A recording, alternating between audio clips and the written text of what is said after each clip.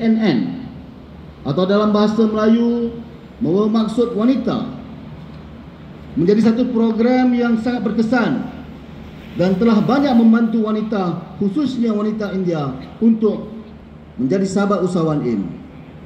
Mereka telah berjaya keluar dari kepompong kemiskinan dan mampu untuk menjaga pendapatan melalui perniagaan yang dijalankan.